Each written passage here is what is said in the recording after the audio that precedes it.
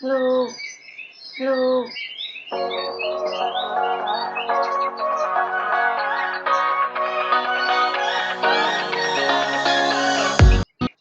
Picture example of what that stitch actually looks like. That way you can tie a picture with a name and have a very cohesive example of what you're learning. I'm only going to go over basic stitches such as chains, slip stitches, single crochet, half double crochet, and double crochet. All stitches that a beginner crocheter will encounter in a beginning crochet pattern. My goal is by the end of this video, you will be able to search for a beginner based pattern that you want to make and be able to read the written instructions if that's the form it comes in, or be able to read the diagram shown, the picture shown, if that is how they choose to show you how to make the pattern. Sound good? All right, let's go ahead and dive right into our very first stitch. The very first stitch we're going to go over is the chain. This is how it is spelled. This is the abbreviation. Here is the symbol for chain. And this is what a chain looks like. Circle inside a circle, circle inside a circle, inside a circle, inside a circle, inside a circle, inside a circle. Okay, each one of these V shapes is one chain. So here I would have 4 chains. 1, 2, 3, 4. Next we have the slip stitch.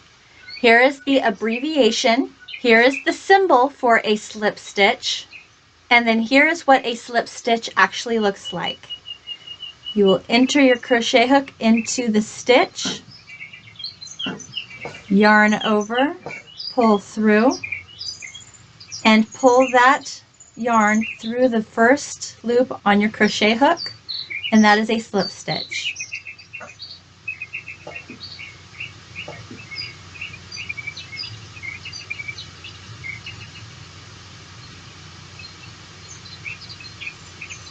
Next we have the single crochet stitch.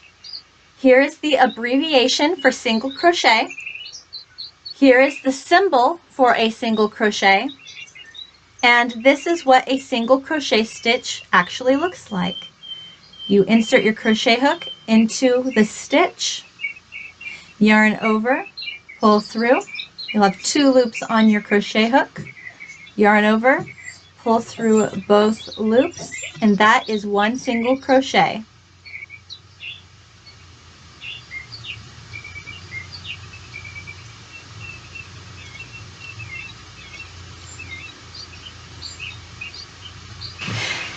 Next we have the half double crochet. Here's the abbreviation for a half double crochet. Here is the symbol for a half double crochet. And here is what a half double crochet actually looks like. Going into the second chain from your crochet hook.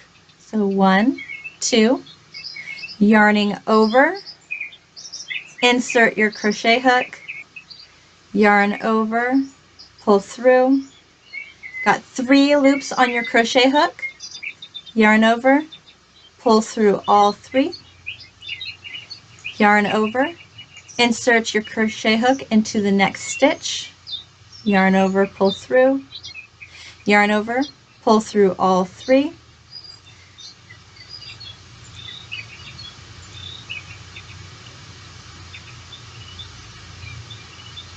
the last stitch we're going to go over in this video is a double crochet stitch. Here is the abbreviation for a double crochet. Here is the symbol for a double crochet. And here is what a double crochet actually looks like. In the second chain from your crochet hook, you're going to yarn over, insert your crochet hook into that chain, yarn over, pull through.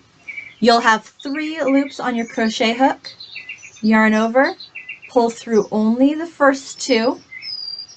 You'll have 2 loops left on your hook, yarn over, pull through the last 2. That is a double crochet. Most people have no clue that in 2024, the best way to make money with Amazon is not by selling physical products. It's Amazon's other company, Audible. Audible has been paying me a steady and reliable income every month for years, and I'm not the only one. People like Katrina, Carmen, Elena, and Renee are all enjoying a significant monthly income using the same system. This past month, I reached $8,000 in revenue, and I'm on track to reach $10,000 in revenue this month. I've been able to go from 0 to 22K in 7 months. And of course, this completely changed my life. I do this on a part-time basis, about 5 to 10 hours a week. I earn about $40,000 a year. There's no other job that pays with that little time. And the best part is, it's a highly automated system. You're not buying any inventory. You just love those commercials. You just love those commercials. All right, guys, let's actually put what we've learned into practice. Here you will see a pattern, both in written form and in diagram form. Both of these patterns are the same exact pattern, just they look different. If you see the written instructions, it gives you a little more information, such as chain a multiple of 2 stitches plus 1. So what that means is, in order for this pattern to work, the number of chains in your foundation row needs to be in a multiple of 2 plus 1. So if you're making a scarf, if you're making a blanket, if you're making a washcloth, you have an idea of how many stitches you're going to need to begin that project. In the diagram pattern, you will see a red dot. That red dot is our starting spot. That red dot means this is where you start. Next to the red dot, you see open ovals. Those open ovals are the symbol for chain. You will see 1, 2, 3, 4, 5, 6, 7 chains. We do know that 7 is in a multiple of 2 plus 1, because 7 minus 1 is 6. 6 is evenly divisible by 2. So we know 7 works. So in this example, I'm going to chain 7. 1, 2, 3, 4, 5, 6, 7. When you are ready for row 1, in the written instructions, it says turn your work. So we turn, so our crochet hook is on top of our chain row, ready to work. It says chain 2. So I'll chain 1, 2. It wants me to put a double crochet in that first chain that was in our foundation row. So I just made those 2 chains to turn onto our foundation row. I'm going to yarn over, and I'm going to insert my crochet hook in that third chain from the hook, which would have been my first stitch on my foundation row. I have 3 loops on my hook. Yarn over, pull through 2, yarn over, pull through 2. Next it says to skip the next chain and chain 1. Okay. Then it wants me to double crochet in the next space. Double crochet, skip 1, chain 1, double crochet,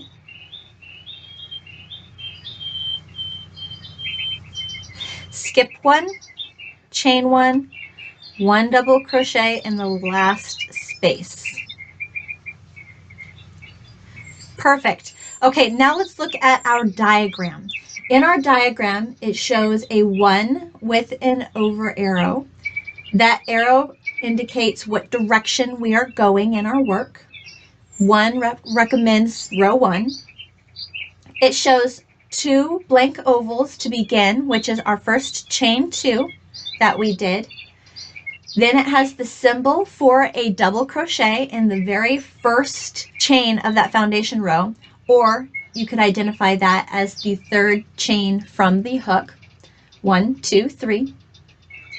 Then it shows the chain 1, and then there's nothing in that space. So there's your skip 1. Next space shows a double crochet. Then a chain 1. It's a blank space right next to it. So that's a skip 1. And then a double crochet.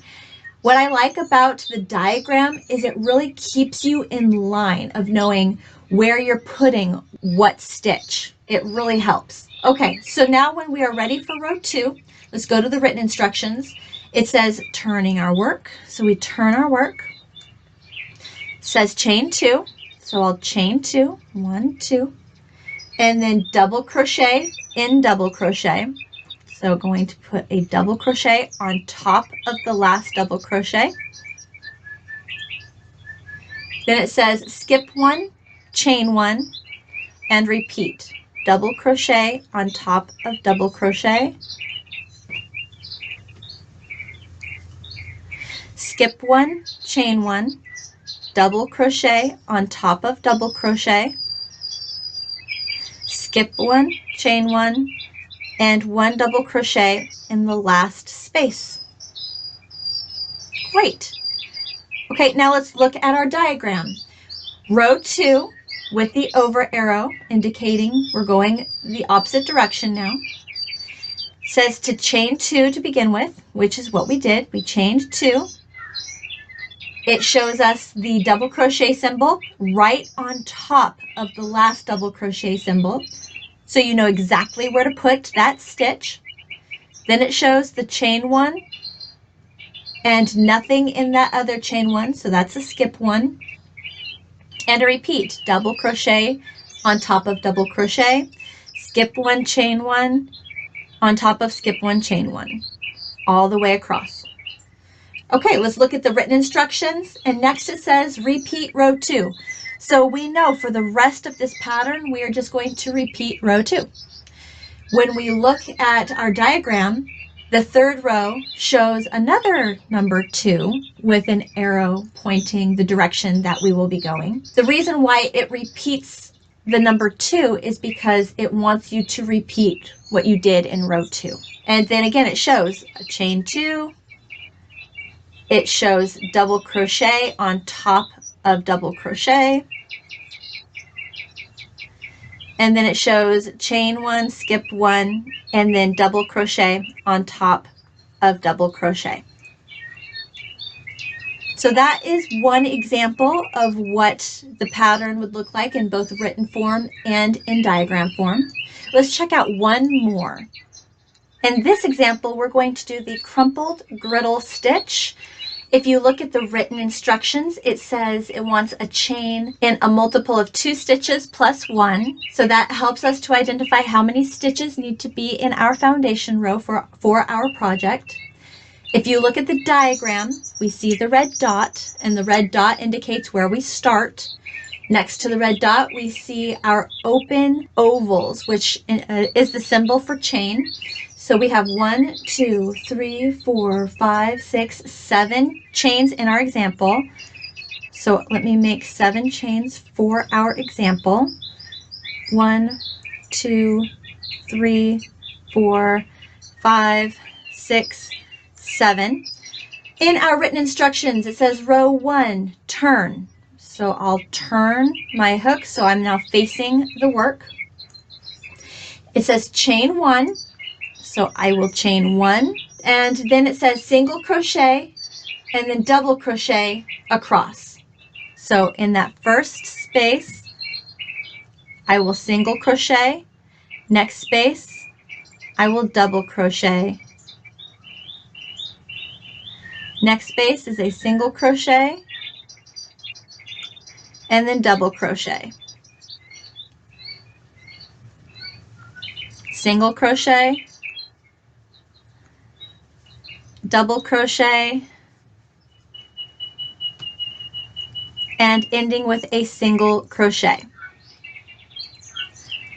All right, now let's look at the diagram for this stitch.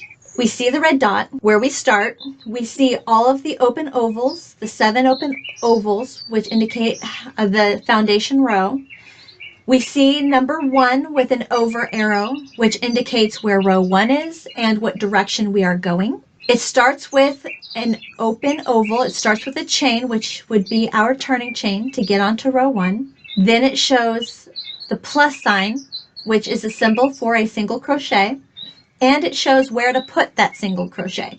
So you would see that there are 2 chains there. You'd be putting the very first single crochet in the second chain.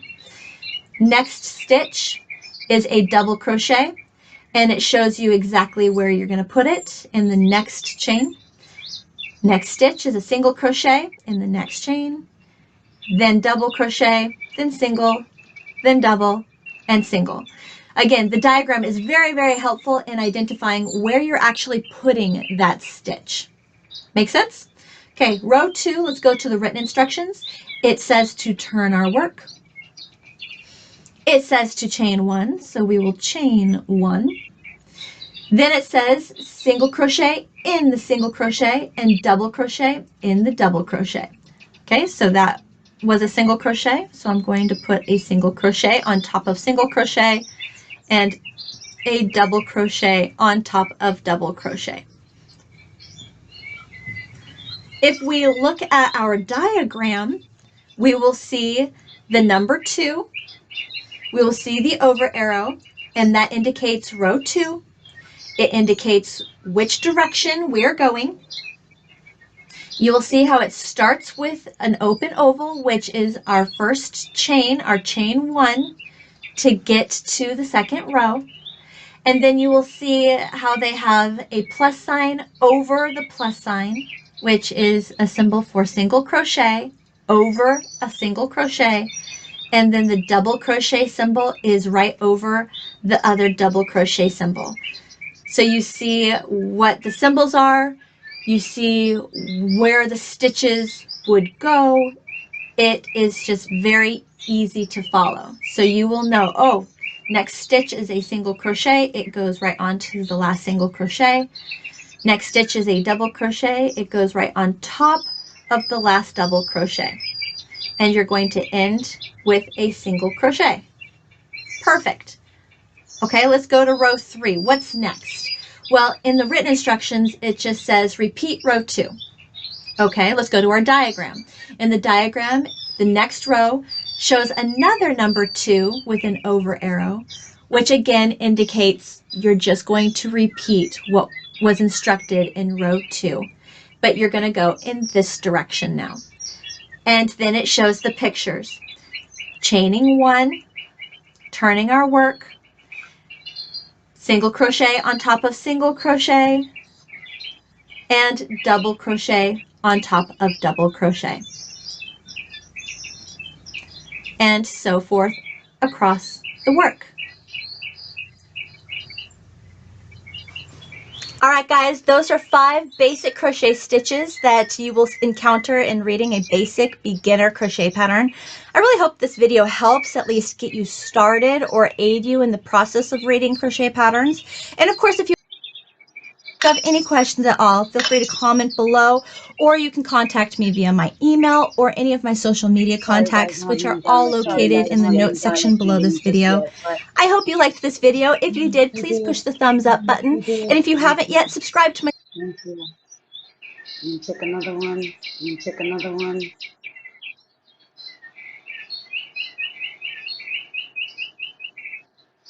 You know, it's not very helpful when you guys. It's not very helpful when you guys chat with you guys. I'll figure it out. I promise. I'll figure it out. I promise.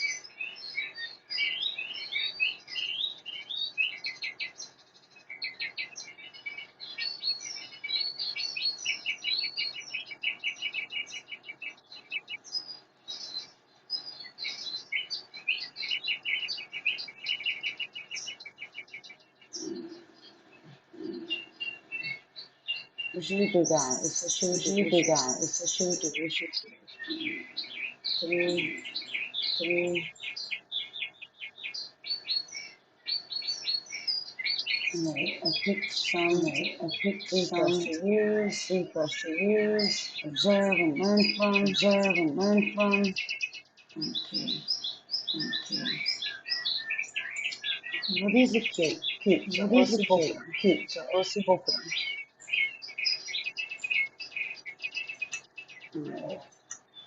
To understand that they were detained at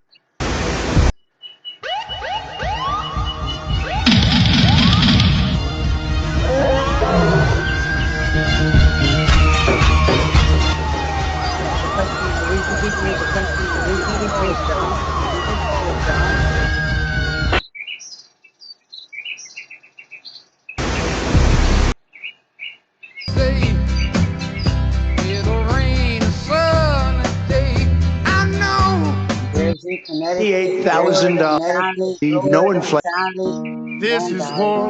Pick your sides, know your stance.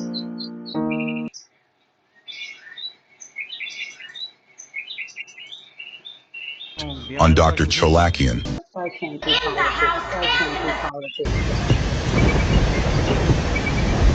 That's it. That's it. Wait on, people. You be jobless, Jesus, on your move, Hi guys, welcome back. My name is Tiffany. In this video, I'm going to show you the tutorial on how to make the shawl I've been teasing you with for the last few weeks. The yarn that I selected was amazing. I knew by looking at it in its skein that it was going to make something gorgeous, and it did. Oh my gosh. This is my very first shawl, and surprise, surprise, the name of the pattern is My First Shawl. But it turned out exactly as I hoped it would. Oh my gosh, it is stunning and so comfortable. Now that I'm doing the tutorial, I can finally use it and just cuddle up with it on the couch. I'm so excited. So the yarn that I used, I think that yarn can really make or break a project. But the yarn that I used was Red Heart Roll With It. I'm not generally a Red Heart fan, but Red Heart has come out with some pretty impressive yarns that have really caught my eye. The color that I used here was Sometimes you have to give a quality for Roll With It color, in or color for quality. Showtime. So that is what this skein of yarn is. The one that I'm going to show you the tutorial with, how to follow the steps to make this gorgeous shawl, that is Roll With It in Theater. So this will be fun. Anyways, you might notice that I'm talking a little softer. I'm actually shooting this video in the evening while I have the kids in bed. I've been learning how to juggle, how to work with having the kids full time. So it's the evening, we're going to be quiet, but it's all going to be great. Let's go ahead and head right to how to make this. Alright, the material that you're going to be using are 3 skeins of yarn. I have 389 yards of yarn per skein. You can get away with just using 1 skein of yarn and making a really short shawl. That's totally fine. Or you can use more than 3 skeins and make a really large shawl. This is totally personal preference. I just really liked the length with the 3 skeins. I'm also using a color for the fringe. This is Simply Soft in Red Autumn. The shawl that I showed you in the example, the fringe was made from Harvest Maize, also Simply Soft. Alright, you will also need a pair of scissors. You'll need a size I or 5.5mm crochet hook. Fabric glue that dries clear and flexible. That way when it dries, it's invisible and not leaving a rock hard spot in the work. That's no good. We use this when we tie in our ends. That way the ends stay put and don't come out. You're also going to need either a tape measure or a ruler for when we're cutting our fringe, so you can get the length of the strings exactly the same size. Awesome. Thank you. How'd I look? The key to being rich is knowing what counts. Alright, to begin, we're going to make our slip knot. Okay, we're going to chain 4.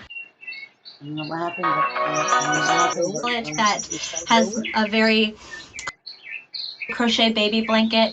I found this pattern off of Pattern Paradise, crocheted by Maria. Maria is a crochet pattern creator and she is very talented. She makes gorgeous patterns. On her website she actually has a couple different baby blanket patterns that I've already identified. I can't wait to crochet with you. I just want to support Maria, bring her up,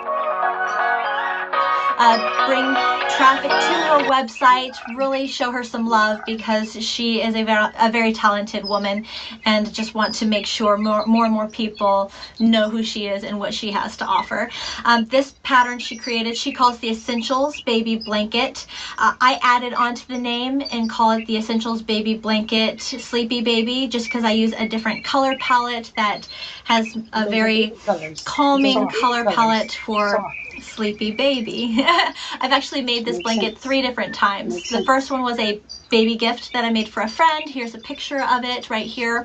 Apparently Big Brother kept stealing the baby blanket, so I made Big Brother a blanket also in Paw Patrol colors. The firefighter Dalmatian one.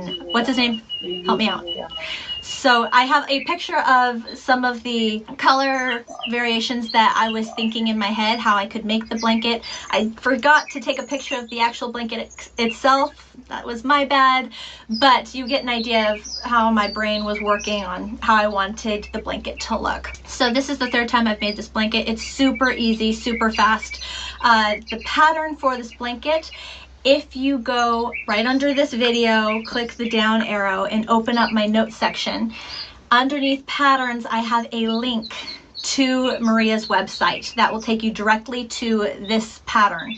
So all you have to do is click the link, and if you scroll down, it will take you to the free version of the pattern.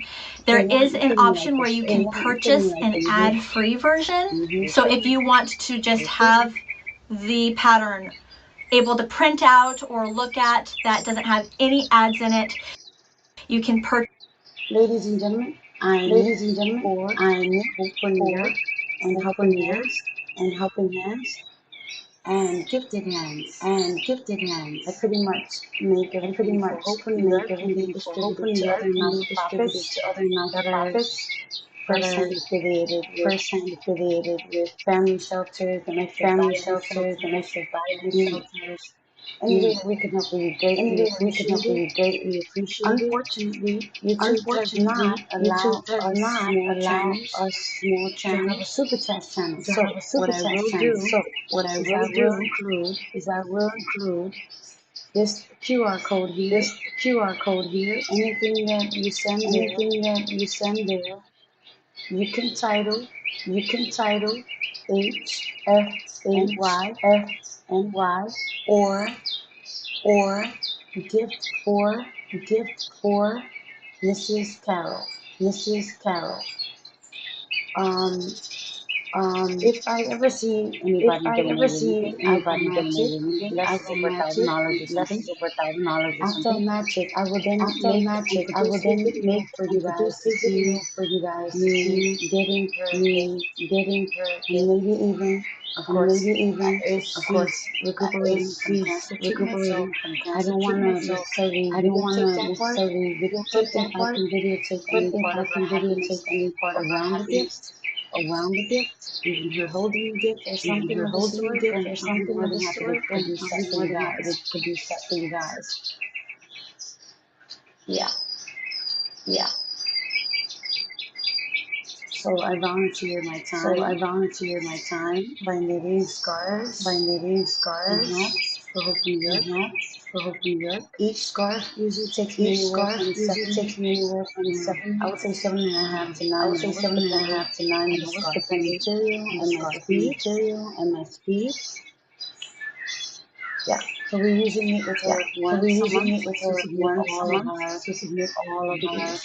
Now, Hope New York does do for you the yarn for you to produce the products. So it will be free of cost for you to produce, with the exception of time and the materials necessary for you to produce the products. But it's a really nice feeling knowing that you can actually help somebody, even in everything. I don't necessarily have to be there to see the person's expression and get my beautiful scarves, or anybody else's beautiful scarves that I make for that matter. But I know that if I die tomorrow, I could rest assured that we're all doing the best that we can. And I certainly am. Anyway, I'm gonna let her go back. Anyway, I'm gonna let her go back. Chatting or something now. Unfortunately, you might want to hear some of the nonsense that I have to talk about. For either which way. I see you two here still on my live. Thank you for still being around. You're awesome. I will figure out the chat. As soon as I do, I know you guys will be like my number one fans. You're gonna be like my number one fans. Yay! I might figure it out tonight. Life is nothing but a learning lesson. I am approaching 50. I'm not young tickling around the block. But it does take an old dog. More time to learn new tricks. Another thing that I would like to apologize. Occasionally my accent will switch up. I don't know, depending on my mood, depending on what I'm trying to say, emphasis, exaggeration, satire. All of those things can be communicated to the tone. Things that female will never be able to do. But anyway, without further ado, unpause this beautiful lady's face. And by the way, even if I can't see the chat, I do believe you guys could leave a comment in the comment field, and I should be able to see that. I'll double check. I might even test it out myself. Without further ado. Purchase that from her and just go right into it, or you can just print off the web page and print the free version of this pattern, but it will have little inserts of ads and gobbledygook in the website or on the page that will kind of get in the way, but we can get past that. Okay, it's free. If it's free, you can deal with some ads. Free is always good. Why did Amazon send me $20,000? Because I use Amazon AI. Voila. I'm going to show you a way to potentially make money by pairing Amazon with the power of AI without ever selling physical products. And I promise you've never heard about this before. Why is Amazon paying me $63,000 a month? Well, I didn't make this kind of money selling yoga mats and toasters, and I damn sure wasn't talking to my friends into buying vitamins and juices. I did it with a free app that's probably already on your phone, and that app is the Kindle app. I just created some simple digital products, then I put them. Alright guys, sparing some. Gotcha. Her version of the pattern she specifies that her blanket is 36 inches by 36 inches. She is making a perfect square receiving blanket. Okay, I wanted to make a blanket bigger than that, so I am making a crib size blanket. So when I am explaining how to make these blankets, the foundation row, I will identify, okay, if you want to make the pattern that Maria has, the receiving blanket, you will chain this many. If you want to make the crib size blanket that I made that's bigger, you will start your foundation row chaining this many. If you want to make an even bigger blanket than this, maybe you want to make a blanket for yourself to cuddle up on the couch with, you can just check out the link that says charts or chart, and it will open up a list of different blankets and their dimensions. So all you have to do is start your foundation row with a measuring tape, and it'll say, for example, if you want to make a queen size blanket, it's gonna be a big one, but it'll say it needs to be this many inches wide. So you will chain until your chain foundation row has reached however many inches wide a queen blanket requires it to be. Make sense? If you have any questions about making a bigger blanket or reading that chart, just feel free to contact me at my contact information below in the notes section. I would love to help. Okay, other than that, let's go ahead and dive into the materials that you're gonna need to make this blanket. All right, the materials that I used to make the crib size blanket, this blanket, I chose to use Lion Brand Mandala Sparkle in the color Orion. If you want to use the exact same yarn that I was using, I put in the notes section below under materials a link to this exact yarn that you can purchase yarn from that link, or just look at the link and then purchase the yarn somewhere else. I don't mind, I don't really care. Just if you want to use what I'm using, that's just a helpful little thing that I provided for you. You can use really any yarn that you want for this pattern, as long as it's not textured. This was a size 3 yarn. I used 8 skeins of this, or a total of 2,624 yards of yarn, or 2,400 meters of yarn. Okay, so that gives you an idea of how much yarn I used of a size 3. If you use a size 4 or a size 2 or a size 5. You're going to use either more or less yarn than what I used, but it gives you just a rough idea. If you want, I have also included a chart in the notes section that gives you an idea of how much you What it is that the thicker the yarn, the bigger the needle is going to have to be because the needle is going to go around the yarn and make where it will be easy for the thickness of the material to slip through with your needle. See, if you have too thin of a string and a really thick needle, it's gonna your stitches are gonna be really loose. You'll never get tight and you won't have that snuggle feeling to them. So if that's what you're looking for, try to match your needle with the size of your that's what that is. yarn you will need to make a basic baby blanket or Afghan size blanket, and it has two charts. One chart will say a brand and how much yarn you will need, and the other chart will say the size of yarn, whether it's a 3, 4, 5, 2, and how much yarn you will need to make that blanket. Those are super helpful. I love those charts, and they just help give you direction. Just a reminder though that it's a rough estimate. You may need to buy 1 extra skein of yarn. Okay, so just use the crochet hook that you have recommended on your yarn label. The recommended crochet hook on this label was an H8 5mm crochet hook, and that's what I used. That's what I got here. You'll need a pair of scissors and possibly a measuring tape, depending on whether or not you want to alter the size of your blanket. Okay, and that's it. That's all you need for this blanket. Let's go ahead and dive right into how to make it. All right, guys, let's go ahead and start with our slip knot to get the yarn on our crochet hook. Great. Check that tension. Make sure it's nice and smooth on your crochet hook. Yes. Okay, if you want to follow along with Maria and make a receiving size blanket that is 36 inches by 36 inches, you're going to chain 75. Okay, 75 chains. If you want to crochet the crib size blanket, kind of like I did, you're going to start with chaining 141 chains. If you want to deviate and make your own size, you just have to make a blanket foundation row in increments of 2. So it has to be divisible by 2. Okay, so let's go ahead and start with our foundation row, either making 75 chains or 141 chains, or whichever deviation you want to make. 1,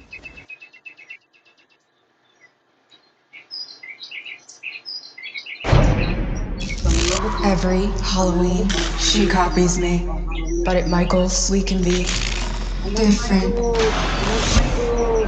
You're terrifying. No, you're terrifying. No, it's definitely you. You're the most terrifying. But we look the same. We got so many sponsors. 2, 3, 4, 5, 6. All right, so I stopped at chain 30, which is I love seeing realistic women. I love seeing realistic women like this. Done and everything. Your nails does make it incredibly harder. I'm not talking about medium to average size nails. I'm talking about full long. I'm talking about full boxes and all this other stuff. Those are ridiculous, especially for crocheting and knitting. You'll hardly never see that. I'm not going to say those are tramp stamps. Because to each their own. But nails make it virtually almost impossible to knit or crochet. You know what else? I also volunteer for New York City Parks. I'm in super students and in team captain. My beautiful baby on live. Come on in. Hi, baby. It's not being recorded. It's being recorded, but not as kids. I learned how to cook my face. Just pronouncing ugly face. I appreciate it. She's just sitting because she's my daughter. Occasional wash goes. I love you, son. I love you always. I love you always. And you see this. Ring the bell. You guys. Girls. Ladies. Okay. Let's go back. Let's go back. I just want you to know. You born over many years. I just want that to be known. On, off, sideways. Don't let these people or anybody tell you otherwise. Because you have people out here that are experts at making you or anybody else look like something that you're not, something that you're not following. If you ever had that following, if you ever had somebody that pretends that they know you, or they need you, which may have been the case. Maybe some eons ago, people go apart. Both mentally and physically. Let me know if you faced that challenge. How you dealt with it. I can't wait to get this chat box. So we get to chatting with you guys and gals. If we're going to sleep for now, but it's okay. All streets start one way at first. Still divisible by 2 or in increments of 2, so it'll work. I wanted to just make a small example swatch for you so you could see how to begin this blanket, how to work the pattern, and how to end this blanket all within this same video. So we are going to turn your crochet hook. This was the foundation chain. We're going to start with row 1. So with row 1, you're going to put 1 half double crochet in the 3rd chain from your hook. Okay, so 1, 2, 3. We are not including the loop that's already on our hook. You're going to yarn over, insert your crochet hook with 2 loops on the top, 1 loop on the bottom, right like there. So you got 2 on the top there, 1 on the bottom, yarn over, pull through. So now you have 3 loops on your crochet hook. Gonna yarn over and pull through all 3 loops. That is a half double crochet, okay? The 3 chains that we skipped, one would be our turning chain to get over, and the other 2 count as the very first half double crochet, okay? Just wanted to identify that this right here is going to be identified as half double crochet number 1. Okay, next space, you're going to put a half double crochet. So yarn over, insert your crochet hook. Realize that it's always going to be a straight line. The only time it's going to become a circle is when you close the line from point A, the beginning, to the end, point B. Then you got a circle.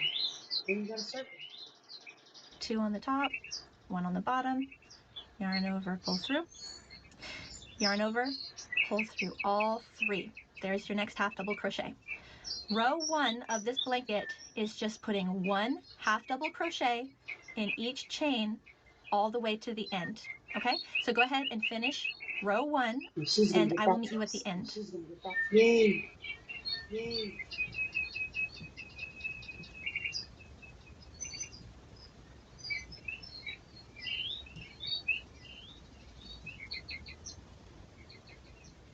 Right, last space.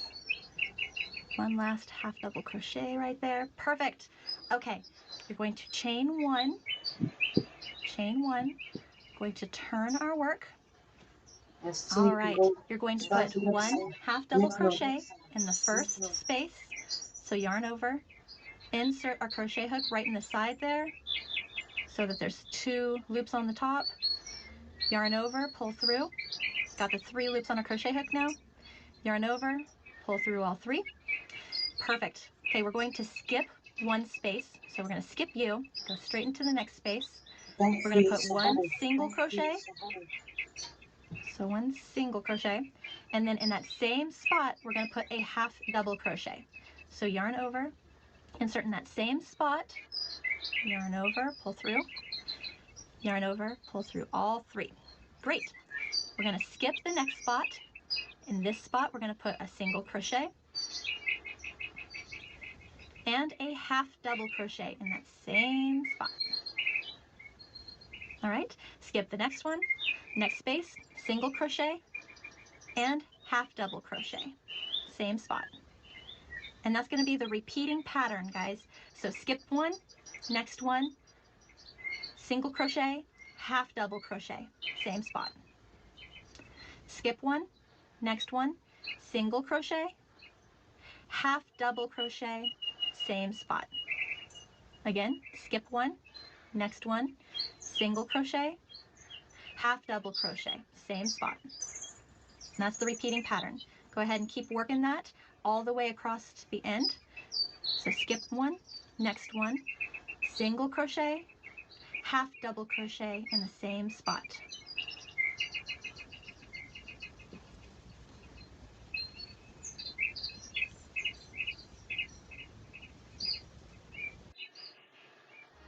Introducing new Papermate Ink Joy Bright, a gel pen that even writes on black paper.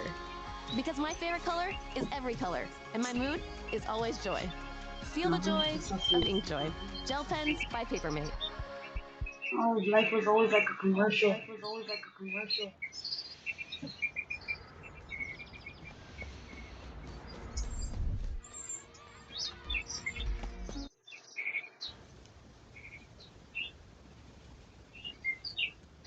All right, we get to this point where there's just one space left, guys. You just put one half double crochet in that space right there. The last space of the row gets one half double crochet. You chain one, you turn, and repeat that same pattern. So every time you turn a row, you're only going to chain one, okay? Only chain one. Then we turn our work. The very first space, the very first stitch will always be a half double crochet, only one half double crochet. That's it. Then you'll skip a space. The next space will be single crochet, Well, you guys know I'm not half on double here because crochet I'm in the pretty. same spot. Then skip a space. Next space will be single crochet, half double crochet, same spot. Skip one. Next one. Single crochet, half double crochet in the same spot. Skip one. Next one. Single crochet, half double crochet, same spot. And you just keep going, guys. Keep going. And then the very last space of your row will always be, the very last space will always be one half double crochet. So go ahead and finish this row 3 and I'll meet you at the end.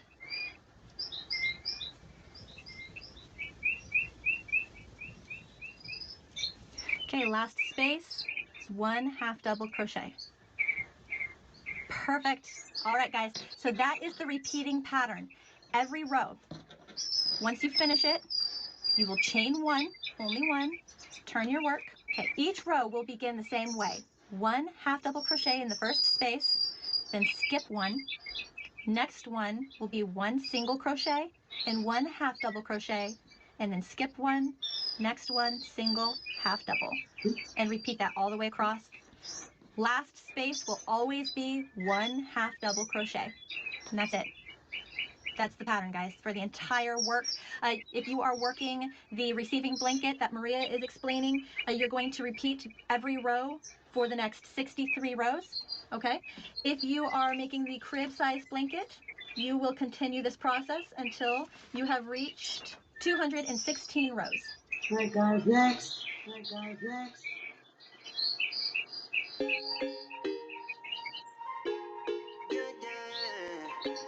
Hi guys, welcome back. My name is Tiffany. In this video, I'm going to show you the tutorial on how to make the shawl I've been teasing you with for the last few weeks.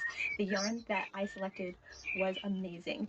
I knew by looking at it in its skein that it was going to make something gorgeous, and it did. Oh my gosh. This is my very first shawl, and surprise, surprise, the name of the pattern is My First Shawl. But it turned out exactly as I hoped it would. Oh my gosh, it is stunning and so comfortable. Now that I'm doing the tutorial, I can finally use it and just cuddle up a bit on the couch. I'm so excited. So the yarn that I used, I think that yarn can really make or break a project. But the yarn that I used was Red Heart Roll With It. I'm not generally a Red Heart fan, but Red Heart has come out with some pretty impressive yarns that have really caught my eye. The color that I used here was Roll With It in Showtime. So that is what this skein of yarn is. The one that I'm going to show you the tutorial with, how to follow the steps to make this gorgeous shawl, that is Roll With It in Theater. So this will be fun. Anyways, you might notice that I'm talking a little softer. I'm actually shooting this video in the evening while I have the kids in bed. I've been learning how to juggle, how to work with having the kids full time. So Yes, learning to work while having the kids full time is a juggle, and yes, it is exhausting. Women are just awesome. Men are awesome as well. It's just that wouldn't be able to tell you the struggles because I'm not a man, but I can definitely tell you the struggles women go through. And Yeah, that's definitely one of them. It's the evening. We're going to be quiet, but it's all going to be great. Let's go ahead and head right to how to make this. All right, the material that you're going to be using are 3 skeins of yarn. I have 389 yards of yarn per skein.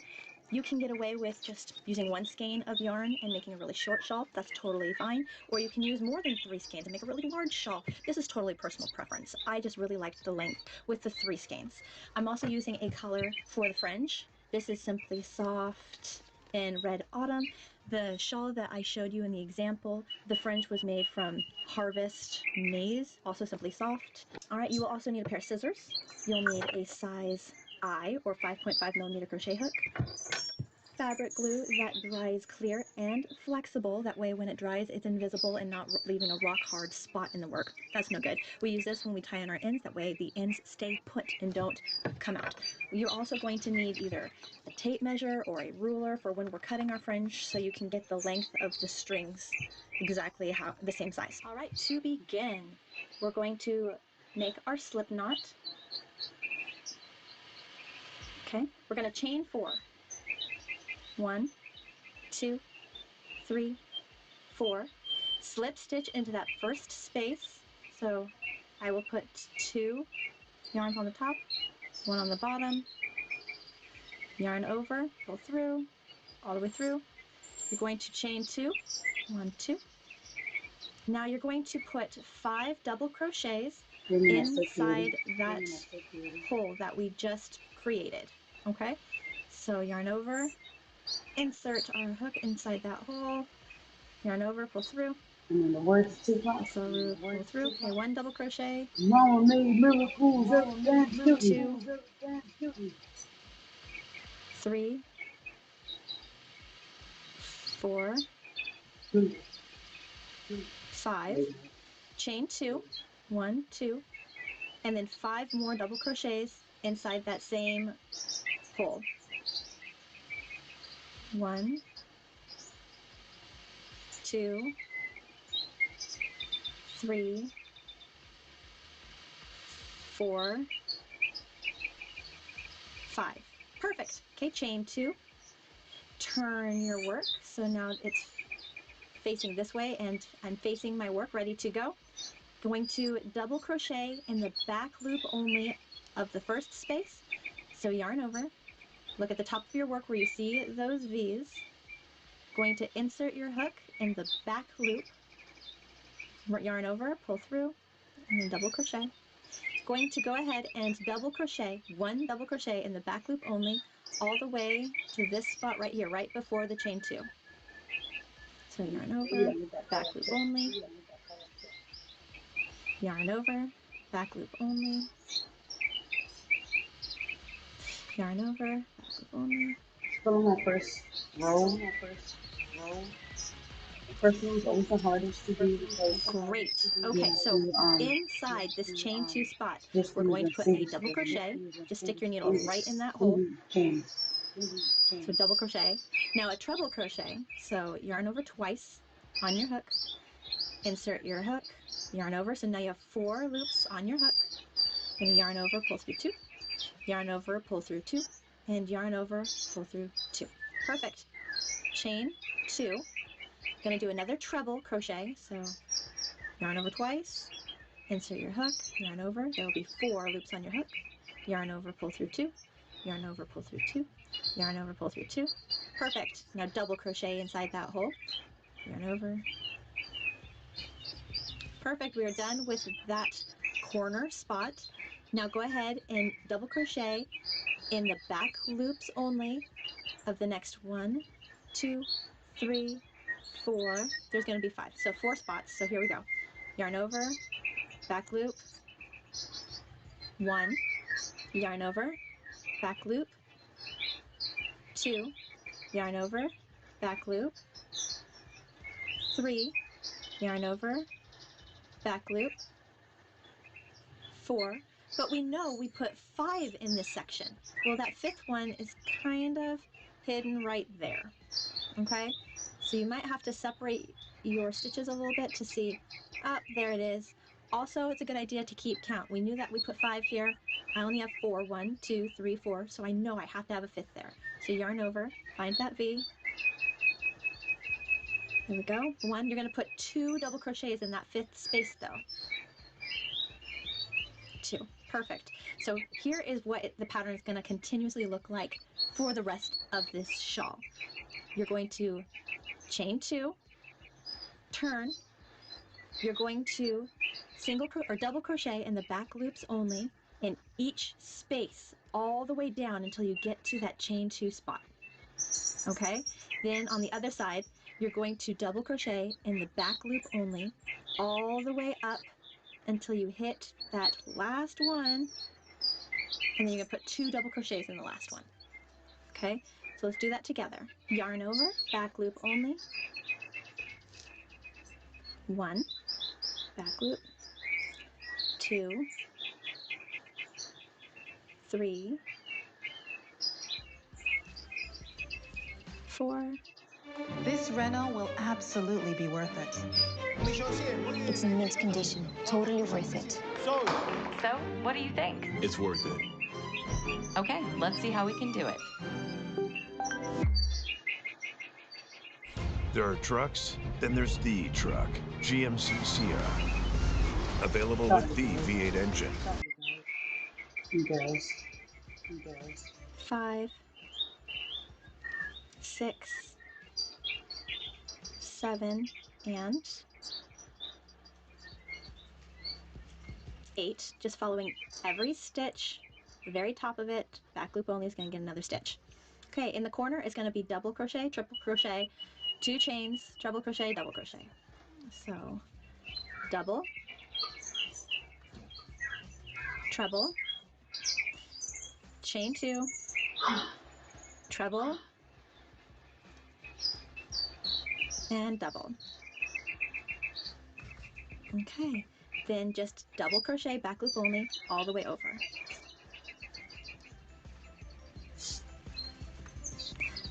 One,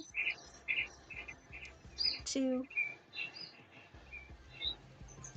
3, 4, 5, 6, 7, and 8. Put 2 in that last one. Pretty awesome. Chain 2. You just keep repeating this process. So the chain 2 counts as the first double crochet because each ending space gets 2 double crochets. So one more in that end. Then each space down the row will get 1 double crochet in the back loop.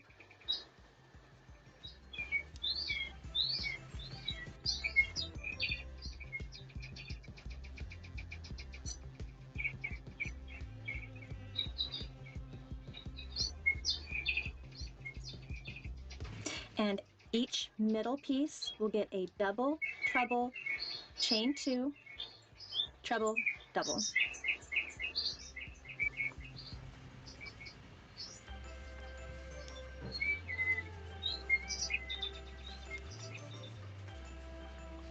And then following 1 double crochet in each space back up, back loop only. In the last space, you put 2 double crochets. That's it, guys. That's the continuing pattern that we just repeat row after row after row until you've reached the length that you want your shawl to be. That's it. Pretty easy, which is fantastic. And it's beautiful. And it's comfortable. It's just the perfect shawl, especially for a beginner. If you're not counting, if you don't want to count, it's pretty easy to realize if you've missed one, because if I stopped right there and I go to turn, I'd be like, why is my shawl going downwards and not staying flat? That doesn't make any sense. I don't understand why it's doing that. So you could always just turn and realize, uh-oh, it's going down. Or you could also keep count and be like, okay, so there's 1, 2, 3, 4, 5, 6, 7, 8, 9, 10, 11. You're gonna have to separate those sometimes to really see them. So there's 11, and I have 1, so above this space right here, I got 1, 2, 3, 4, 5, 6, 7, 8, 9, 10. I do not have the same number. I didn't put one there. There we go.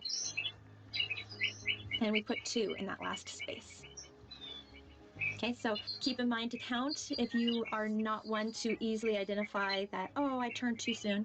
Otherwise, if you just follow your work, just eyeball it, see that it is staying in line.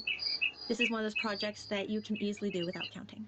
Well, very cool. So that is how you make your shawl. You just keep repeating that process over and over until you've reached the length that you desire. Now let's make the fringe. So grab your ruler or your tape measure or whatever you are going to use. You are going to cut your fringe yarn. So this is my fringe yarn. 12 inches long. So I start there. Go 12. Perfect. Cut that off. Great. So each fringe will have 20 12-inch long strands. Okay? So go ahead and cut 20 12-inch long strands and put it into one row. Cut another 20 12-inch long strands and put it in a second row. And another 20 12-inch strands in a third row. We want 3 different sections because I'm going to put a fringe on each one of the 3 points. Okay? So go ahead and cut, and I will see you as soon as you're done cutting. Alright, so let's just say that you have reached the end of your shawl. You're super happy with it. What do? Come to the very end. You cut off just a small tail. You're going to take your yarn. You're going to yarn over, pull it through, pull it tight, and you just made a knot. Pretty awesome, right? You're going to take that fringe that we just made. I'm just using one for an example, but you'll have 3 piles, 1 pile for each corner of your shawl. So you take your yarn, put your finger in about the middle of it. You can put side by side, measure them up, make sure that they seem pretty even. Take your yarn hook. I'm going to go in this corner right here, the bottom of the shawl. So coming from the back forward, grab your yarn,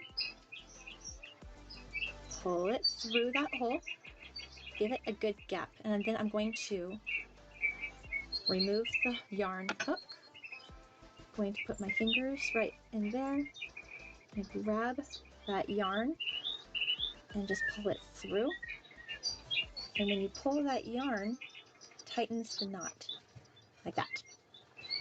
And then I will go and I will tighten each string until it's exactly how I want it. If you find that it's not exactly how you want it, it's a little sloppy, just put your hook. So I just put my hook in the bottom, followed it up, go to the back where it'll look like this, and you can pull these sides just like that, and it loosens it.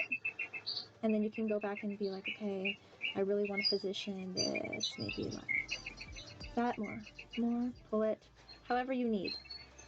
But that is how you put the fringe on. And it looks absolutely stunning when it's all complete. Okay, now let's go ahead and put in those ends. So when you weave in your ends, I will go from the back forward, and you usually want to follow the color. I don't have much of a color change, but obviously in my yarn there's a lot of color change, and I don't want to put one color over the other because then it'll stick out like a sore thumb. But you will just weave in that end back and forth. So forward, next space, pull it backwards, next space, pull it forwards. All right, until it's gotten to either a spot where you need it to stop, or it's gotten to a spot where you can't weave it in and out anymore. I like to cut my yarn the length of the next space. Okay, so I'm going to cut it right there. So there's just enough of a nub of a piece of yarn to lay flat over the next stitch. I'm going to grab my fabric glue. Now this is super important. You need to make sure that you buy fabric glue that says it'll dry clear and flexibly. The flexible is super important. I have used fabric glue that did not dry flexibly, and the glue dried rock hard and it just ruined the project. So just be mindful of that. You only need the smallest little bit, and then you lay it flat over the work and just make sure it is secure and not going anywhere. Now, fabric glue is machine wash and dryable, meaning once it dries, that is staying put. It's not going to come out even if you put it in the washer and dryer. It's not separating at all, okay? But when it dries, it'll also dry flexible. It'll dry clear so you don't even see it. It is perfect. I love this stuff. So let's go ahead and get rid of this tail right here. I'm going to go in this direction because the color matches a little better. If I went in that direction, it'd be like, whoa, okay, there's a different color over there. What's it doing over here?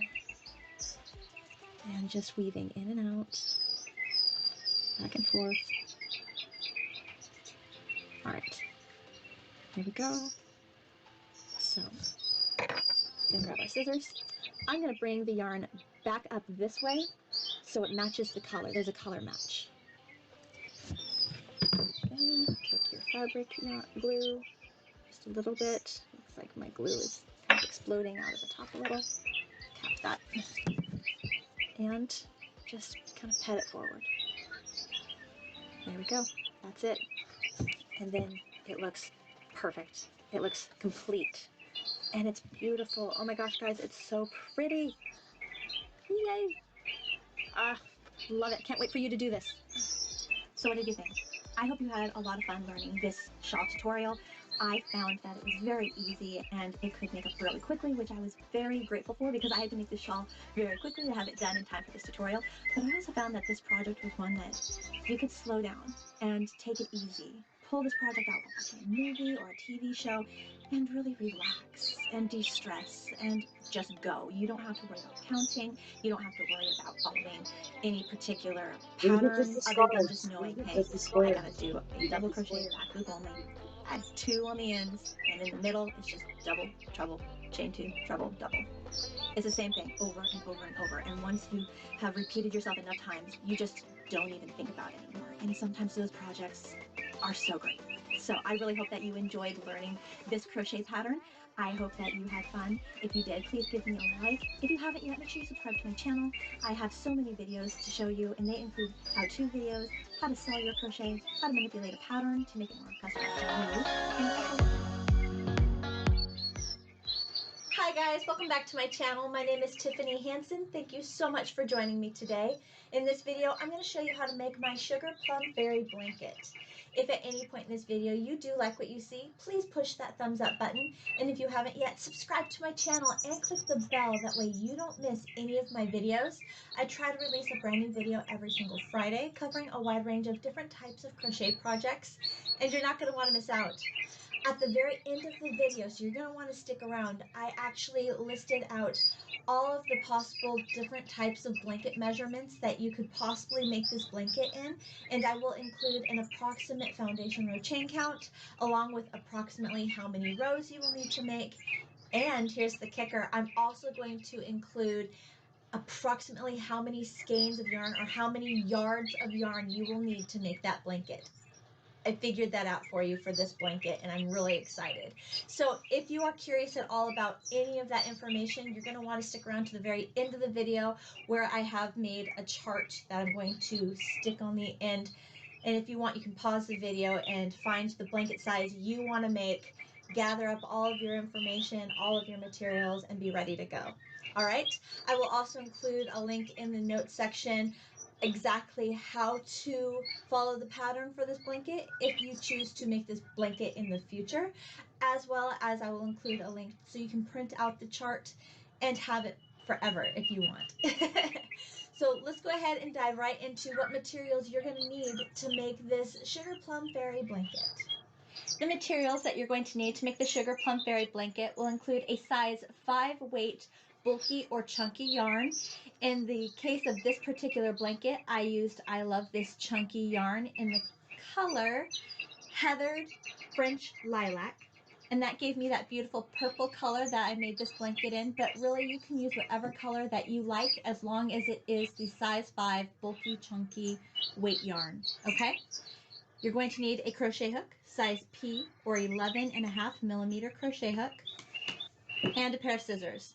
That's all you're going to need to make this blanket. If you are curious how many yards of yarn you will need, meters of yarn, ounces of yarn you will need to complete your project, stay tuned to the very end of the video where I have made a chart that includes all the many different blanket sizes, how many yards of yarn you will need to complete that project, how many meters and how many ounces of yarn you will need. I also will include how many chains are in the foundation row, approximately, and approximately how many rows you will need to make your desired blanket size.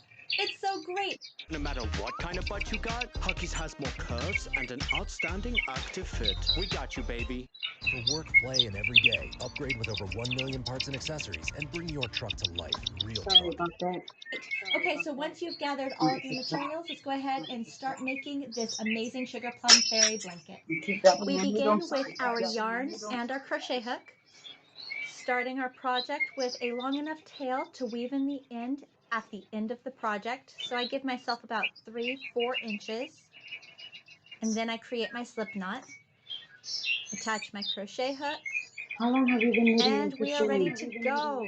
Okay, this pattern is worked in a multiple of 2. So I'm going to just be making a small example swatch for you. That way I'm not making an entire blanket and getting through everything. I'm going much faster so I can show you what to do quicker. In my example swatch, I'm going to chain 20 chains. Okay, so here we go. 1, 2, 3, 4, 19 and 20. Great. Okay, so once you've reached the last chain for your desired blanket, here's what you're going to do. You're going to half double crochet in the 3rd chain from your crochet hook. So looking at our chains, remember the loop on our crochet hook does not count as a chain. So 1, 2, 3. Going to half double crochet in that 3rd chain. Perfect. And then you're going to make 1 half double crochet in each chain all the way across to the very end, and that is your row 1. You should end row 1 with 2 less stitches than were in your foundation row. So for me, I chained 20, but in my row 1, I should only have 18 half double crochets. I used those other 2 chains as my turning chain to get me onto row 1. Okay, so go ahead and continue putting 1 half double crochet in each chain all the way across row 1, and I will meet you at the end of row 1 to show you what to do next. 17 and 18.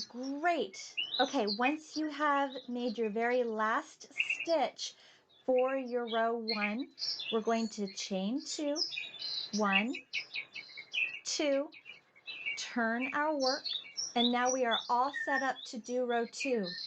The chain 2 does not count as a stitch, okay? We are not counting the chain 2 as a stitch. In the first stitch space right here, we're making 1 half double crochet. So I'll actually take my pinky and kind of pull back the chain 2, making room for everything. Did you know that half of each There we go. strength is your pinky? Half double crochet in that very first stitch. And now we're set up for our pattern. The pattern we are using for this particular blanket is a half double crochet cross stitch. Here's how it's done. We're going to skip this next stitch in the 2nd stitch or 3rd, so 1, 2, 3. So skip 1, next one, make a half double crochet. Perfect. All right, now you're going to half double crochet in that skipped stitch. So yarn over, insert your crochet hook into that skipped stitch, yarn over, pull through, and really extend it, like pull that yarn up, and then yarn over and pull through all 3 loops. Let it stay loose. Try not to make your stitches too tight here. We want our stitches loose so the blanket is much more comfortable. And that is your first half double crochet cross stitch. Let's do that again. Skip the next stitch, half double crochet in the following It's stitch, because she's using a really thick yarn. She's either going to make a quilt, okay, comforter, sweater, and or then something half double warm to wear. crochet in that skipped stitch. The skip So yarn stitch is what over, makes the hole. insert our crochet hook into that skipped stitch, So you're going yarn backwards, over, wrap it pull around. through, and then I'll actually keep pulling a little bit, You got to allowing tug at it a some little bit slack there, so it can allowing it stay to in its be place. a little more loose, yarn over, and pull through all 3 loops. That is what the stitch will look like. Okay? That's a beautiful stitch. Now the only thing that might get you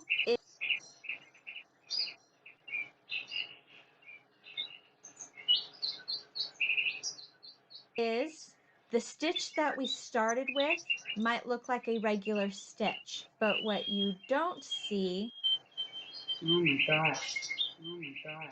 because we made this half double crochet stitch over the first, is this stitch right here already has that first half double crochet stitch in it. So be mindful of where your stitches are. That way you don't accidentally use a stitch 2 times. Okay? All right, so we're going to continue this half double crochet cross stitch pattern all the way down row 2, and I will meet you at the end of row 2 to show you how we move on.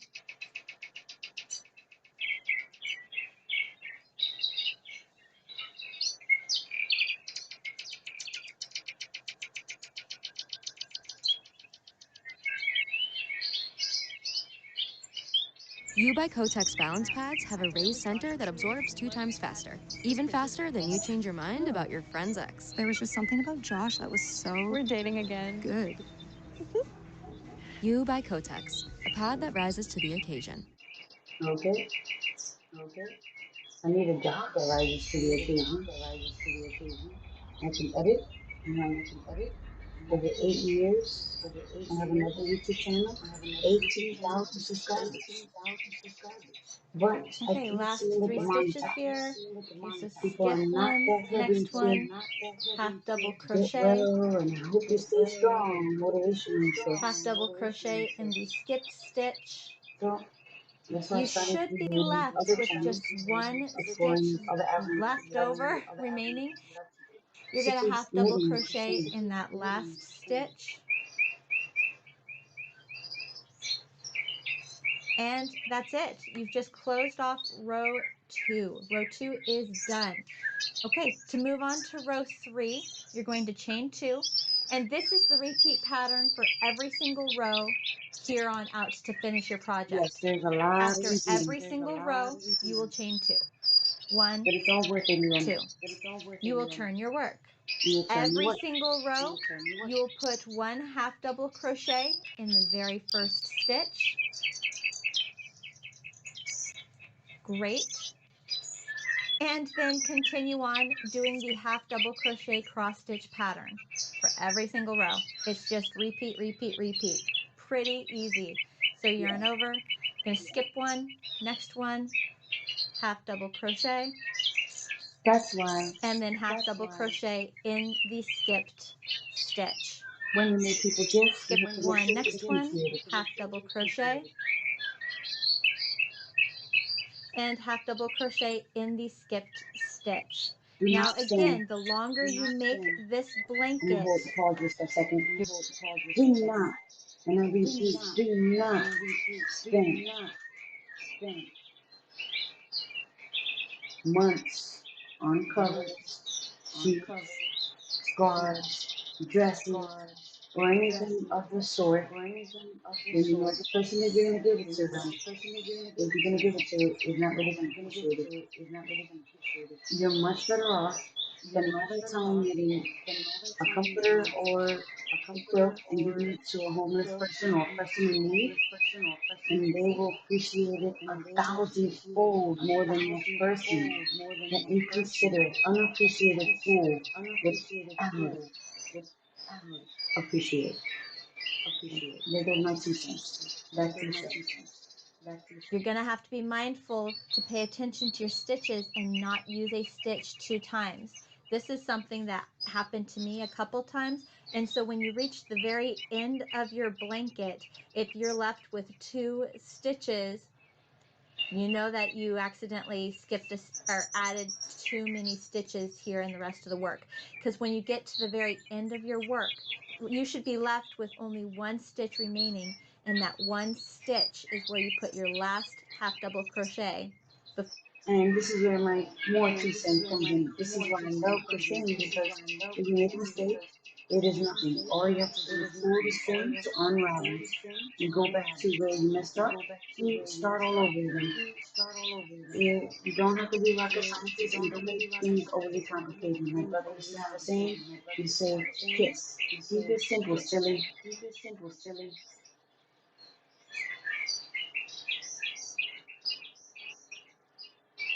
Before you chain 2 to turn. Okay? So it's a good way to gauge your work. This is one of those blanket projects that after you get the rhythm, you really don't need to count every single row, which is amazing, making this blanket one of those really nice, relaxing blankets that you can just go. But I do highly suggest that every couple of rows, you give it a count. And the count you are looking for is going to be the same number of It's called stitches that even. were in row 1. That's So all for you have to count. example, my row 1 had 18 stitches. So my row 2, my row 3, and my row 4 should all have 18 stitches. Okay? If you do it right, you don't have to And count. that just counting every few rows You're looking will for the help V at you the top to of every eliminate getting stitch through the blanket, to and make the next halfway stitch. through you're noticing that your blanket is starting to angle or be off, If and it gets it helps smaller, you to if it gets to the end and it looks a little smaller, eliminate then you know which that you rows probably stitch were it because on target and you where can you go can back see you got off and target. look to see where exactly Okay, it is missing. it really helps. So last stitch, Pull 1 it to half double them, crochet, row pull it 3 is out, done, and then put it back. and that's it. Take it down. Now how do you end Make your the correction. row? Last row of the blanket is your choice. You can choose to just continue this half double crochet cross stitch Just make pattern it a flat all the way square, up to the last row or you and can then make tie ruffles off too. your yarn and be finished. Or you can choose to have your very last row be a row of half double crochets, just 1 half double crochet stitch in each stitch if you want, but honestly, you really can't see that this is just a row of half double crochets pronounced enough to try to create symmetry. So I'm going to let that be up to you on what you want to do for row or for your very last row. Where Okay. did you I learn how to do, knit? however, want to show you if you're working Where this did you learn blanket how to and crochet? you run out of yarn, what you can do. Yep. When did you learn how to crochet? Who taught you? I'm just curious. I personally learned from a man. I was in the hospital as a stay, and he was there, and he started knitting. I mean crocheting. And I just sat one day next to him and I just stared at him. And then he just, one day he opened up and he started showing me how to do it. It's a skill I have never lost. It's a skill I have developed since I was 12 years old. So whatever you're passionate, stay with it. And you may be on and off throughout life because that's the way life happens. Your plans and then life happens, right? That's what they say. And back to the show, guys and gals. Yep. I am going to be showing you how to do the invisible knot trick. Oh, more commercials. We love those commercials. We Oh, stand an army of urban of course, soldiers waiting for the man train. happen. Our feet teeter onto the restricted yellow paint, contorting our bodies into cranes to look past. Trick. If you have already done the invisible knot, you already know how to do the invisible knot, you can skip this little section, but it's really fast. Okay, so let's say I'm going to cut my yarn off right here. There we go. Okay, let's say you're crocheting, and you're getting to the end of your skein. You're running out of yarn, and you need to attach more yarn to keep going with your project. Here's what you're going to do. Take the yarn that you're running out of that's attached to your project.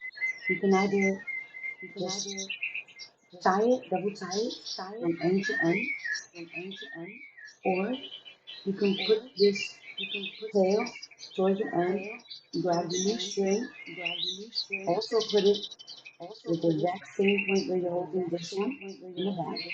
Hold it firmly because for the first couple of hand gestures or movements, it won't feel stable.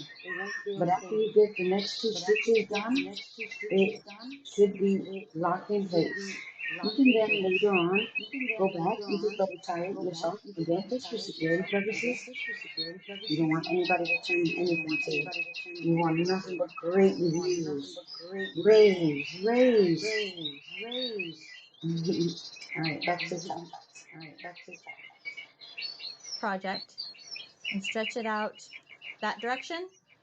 Take your brand new skein of yarn that you want to add to your project. Brand new. Have that yarn go in that direction. Butt them up against each other. Take this side, 2 fingers, wrap them around your 2 fingers.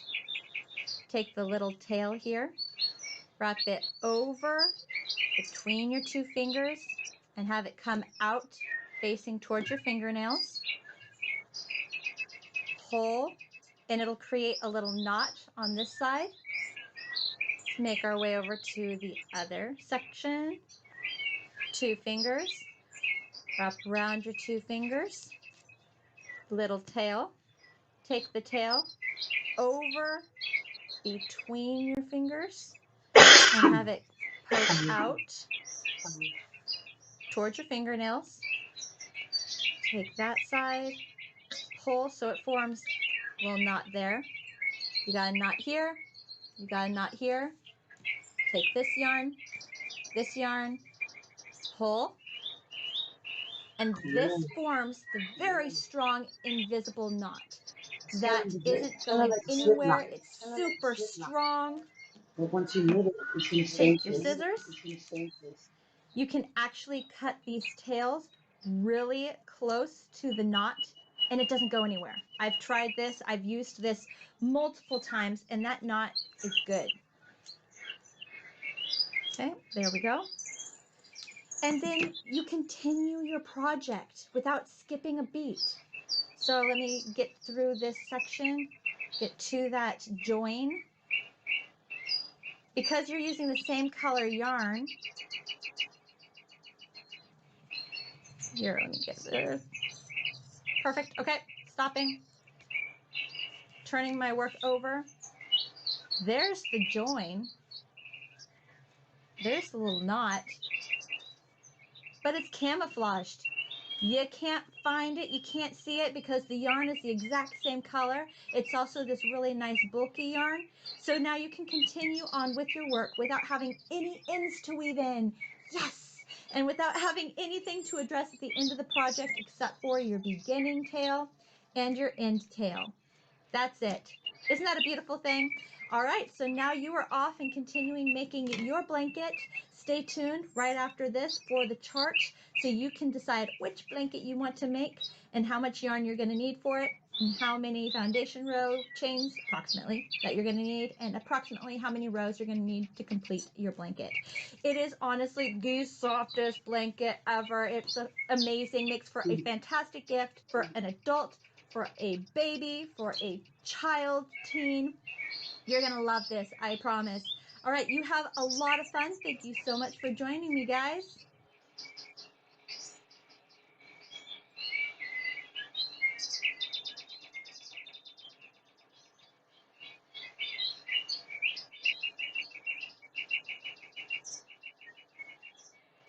You can find something new.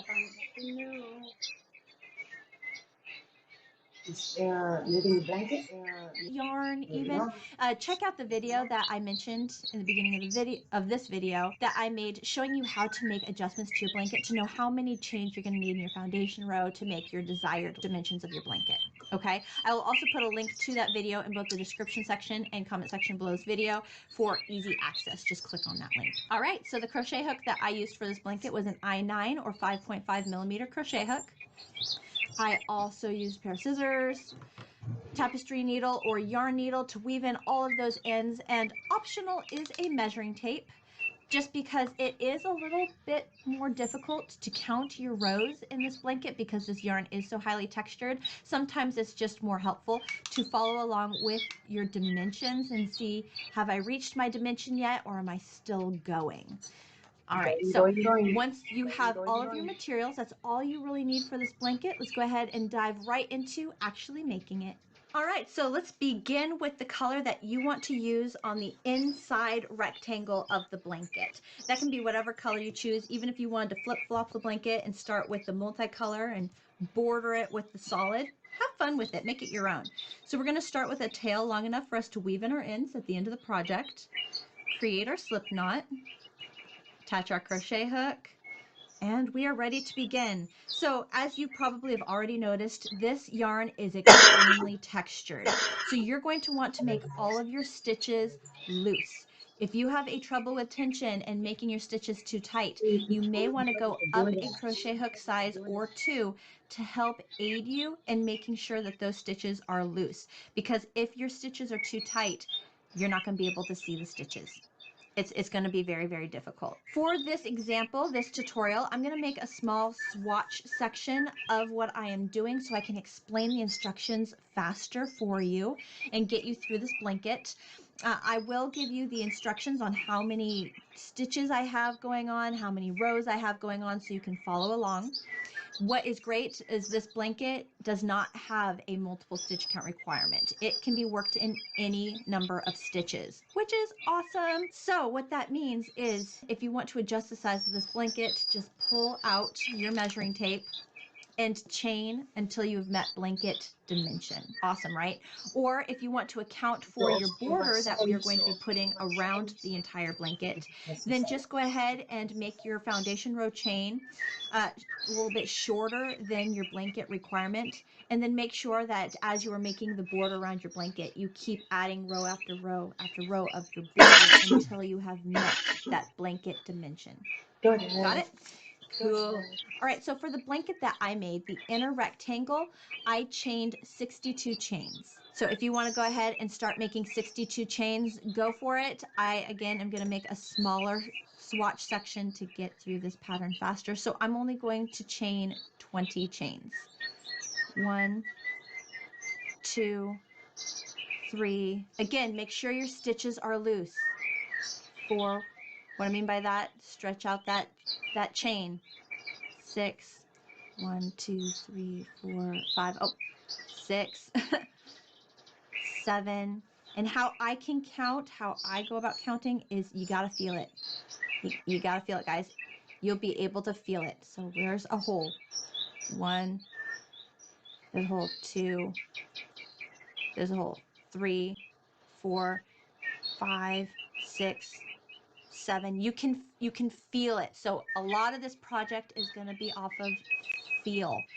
8, 9, 10, 11, 18, 19, and 20. Great. Row 1. We are going to half double crochet in the third chain from our crochet hook. So feel for those chains. 1, 2, 3. All right, so yarn over, insert your crochet hook into that third chain, yarn over, pull through, and then yarn over and pull through all the loops on your crochet hook. Perfect. All right, so the skipped chain 2 that we missed or skipped over does not count as a stitch. Okay, so when you finish row 1, we are making 1 half double crochet stitch in each stitch or each chain all the way across. you will be 2 less stitches than you chained. So if you chained 62, then you should have a total of 60 stitches in row 1. Okay? I chained 20, so I will have a total of 18 stitches in my row 1. Okay? So the number of stitches that are in row 1 are 2 less than how many chains that you chained. This is super important.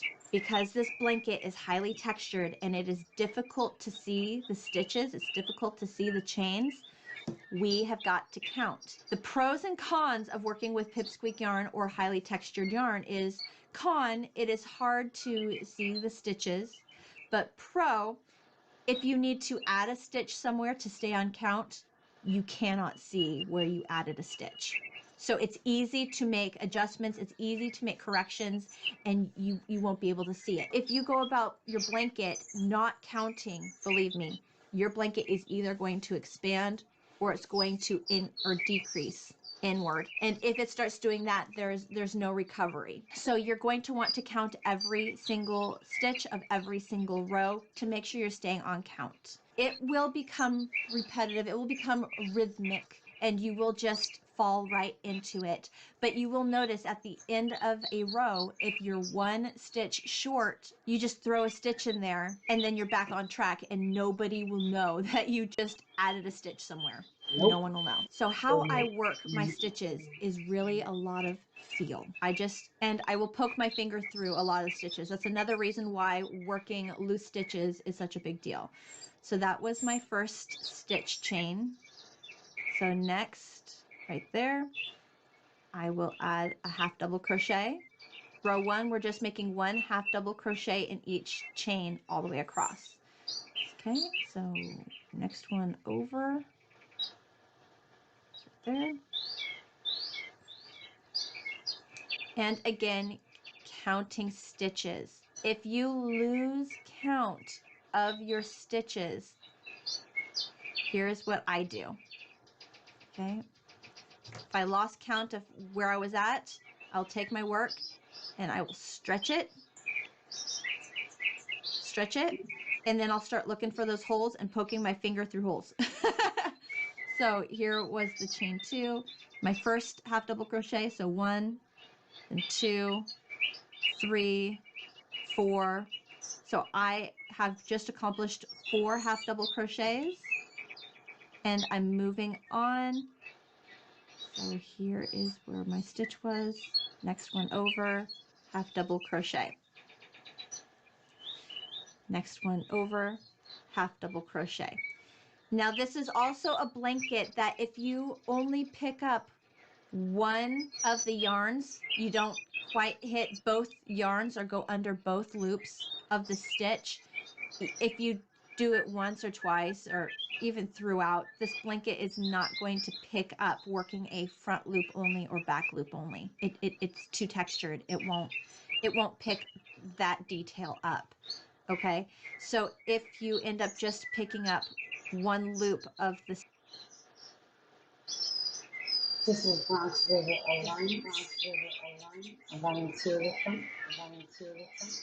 They're an organization affiliated with New York City Parks, in partnership with Parks, and they take care of the Bronx River.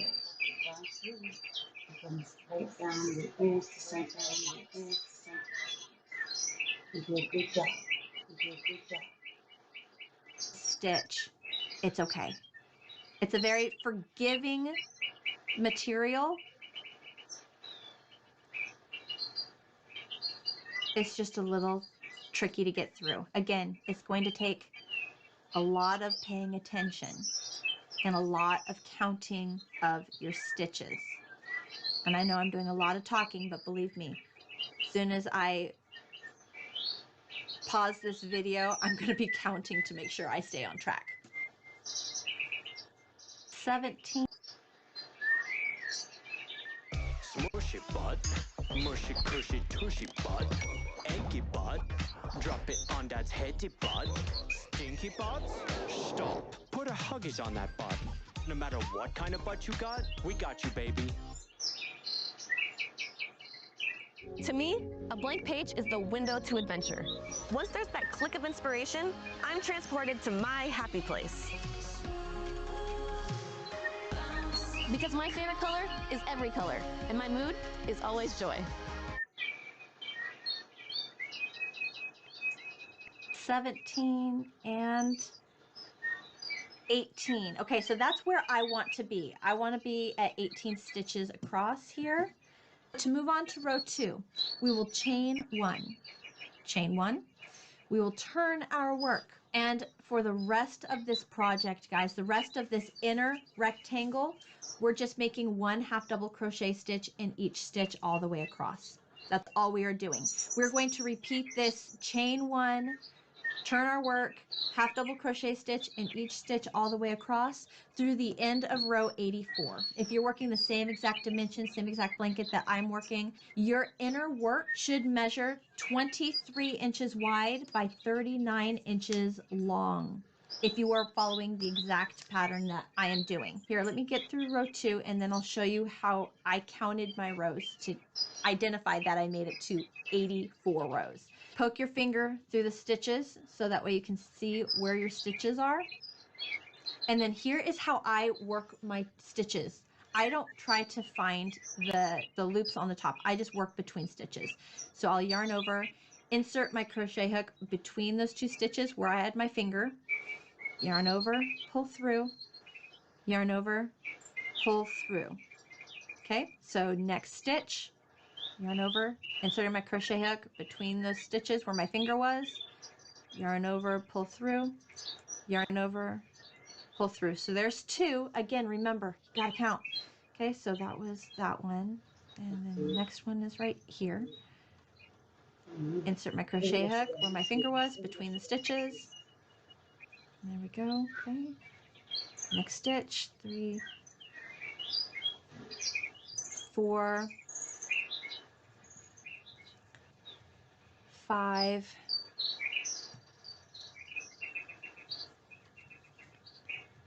6, 17, and oh, great, 18.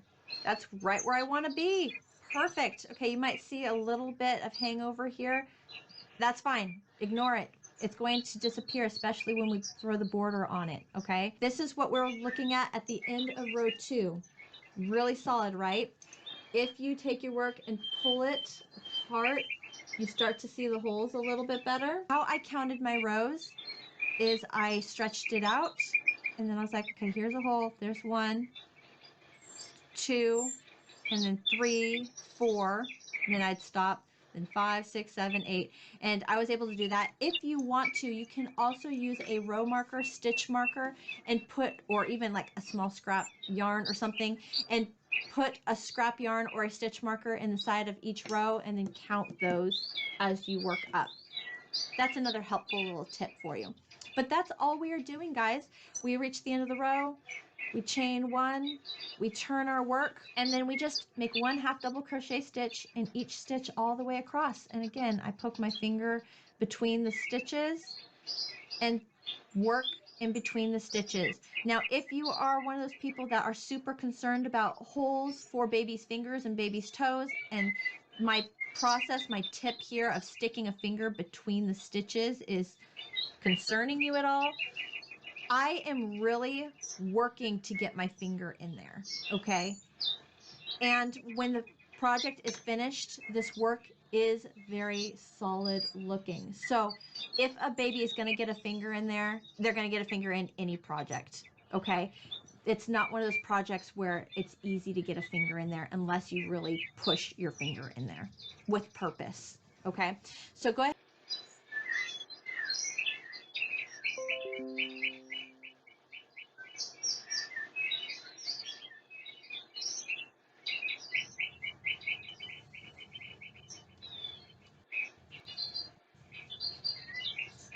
All right, I just thought of a very helpful tip that might help you out in the process of you making your blanket. So when you run out of yarn, let's say you used up a whole skein of yarn, how I transition into my next skein, my join, to connect more yarn to keep going in the project.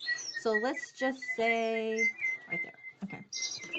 let's say that you're crocheting and you're running out of yarn and you are like, okay, I need to attach a new skein of yarn to the project. Here's what I do. I will take the yarn that is attached to my project and I'll have it run that direction. I'll take my new skein of yarn and I'll have that yarn go that direction. I will bud them together. Then I'll take these two yarns here. I will wrap them around 2 fingers. So there's that little tail hanging out there.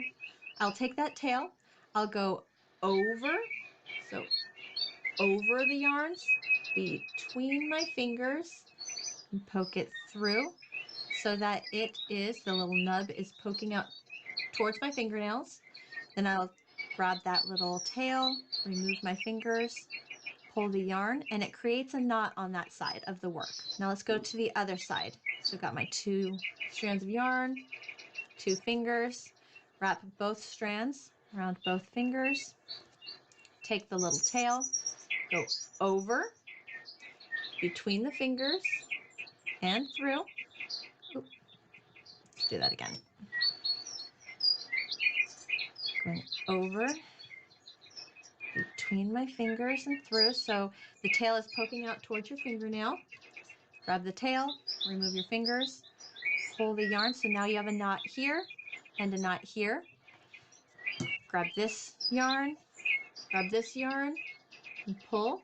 Now the friction of the pipsqueak yarn will come into play, but it will allow you to pull those 2 knots together. Then grab your scissors, take this tail, cut it fairly close to the knot, and then same thing with this tail, cutting it fairly close to the knot. And now you have a very strong knot that isn't going anywhere, and it will completely camouflage in your work. So as you Or you could just double knot it and continue. And players just sit down and just you put it apart later.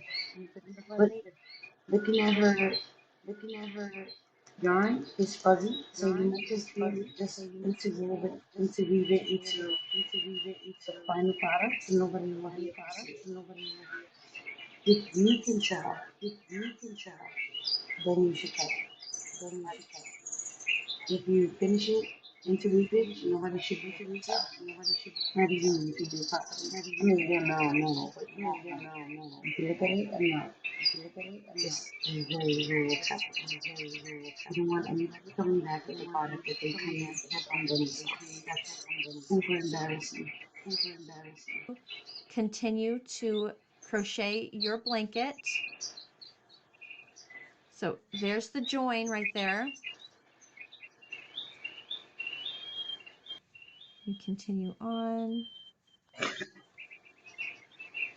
And doing that finger trick here. Okay, now let's go back and look at that join. There's the join. Can you see it? There's the knot. And really I can see it more clearly because I just did it and I saw the little tiny bump there. But it camouflages right in. You can even push it in between stitches if you want to. But that's it. So now you don't have anything to come back and address at the end of the project. You don't have to waste yarn by switching colors at the end of a row. You can just keep going and keep moving on, and it's done. It's called the invisible knot join. I hope you like it. You can use it if you would like. If you have your own method that you like better, feel free to use that. I just thought that could be really helpful. All right, so continue on, and I will meet you at the end of this inner body section to show you how to do the border.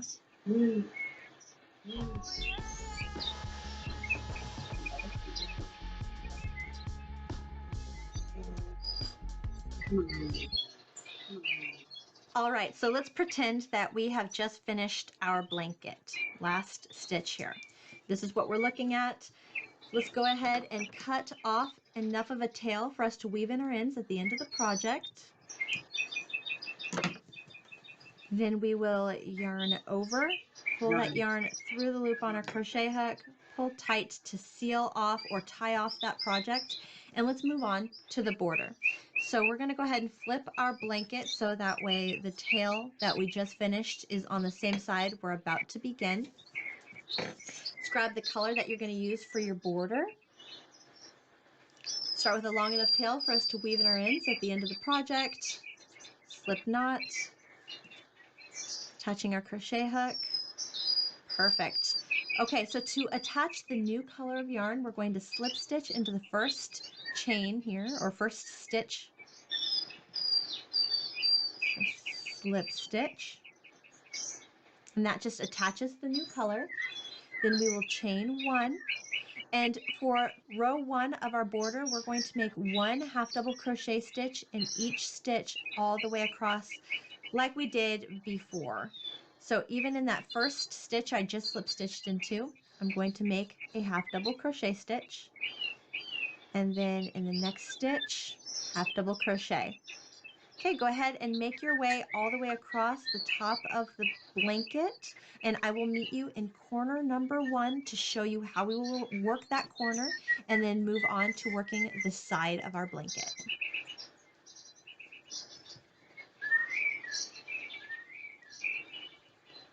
Now with the fuzzies, All right, coming upon afterwards, the very end of the top. when you're getting the fuzzies, at first it's kind of annoying because you cannot see the V shape that you're coming for at the top.